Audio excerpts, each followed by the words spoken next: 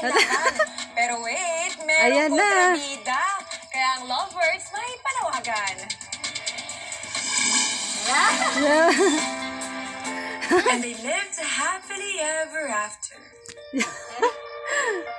Yan ang pangarap na ending ng magkasintahang Rose at Dennis sa mala fairy tale nilang love story. Yung una po nag-approach siya kasi yung bago sinapit ko namin that time, umuulan, tapos yung inaupuan ko po, medyo may tumutulo na tubig galing yata sa aircon ng bus.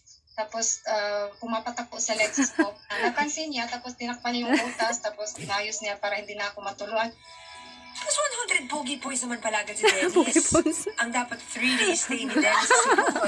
Naging kaya mas lalong nagkakilala ang dalawa. Allah, naabot ay nagpasag kawayan. Family ko sa mga brothers ko.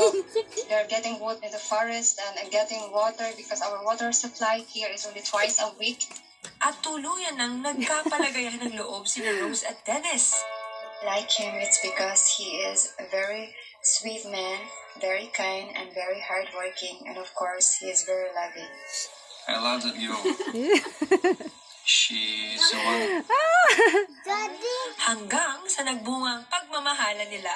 After 5 months, I have to go back to Russia because I need to work to earn money because I already knew that Rose is pregnant and it needs money to support my small son and you know all the things. We have our duties. My old parents living here, so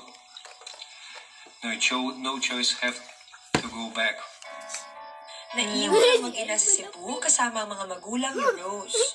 Makalipas ang buwan, babalik na sana si Dennis sa Pilipinas, pero when I already collect some money and I prepare all requested documents for embassy, but they just ignoring me. Couple times they was answered like, you have to be patient, wait.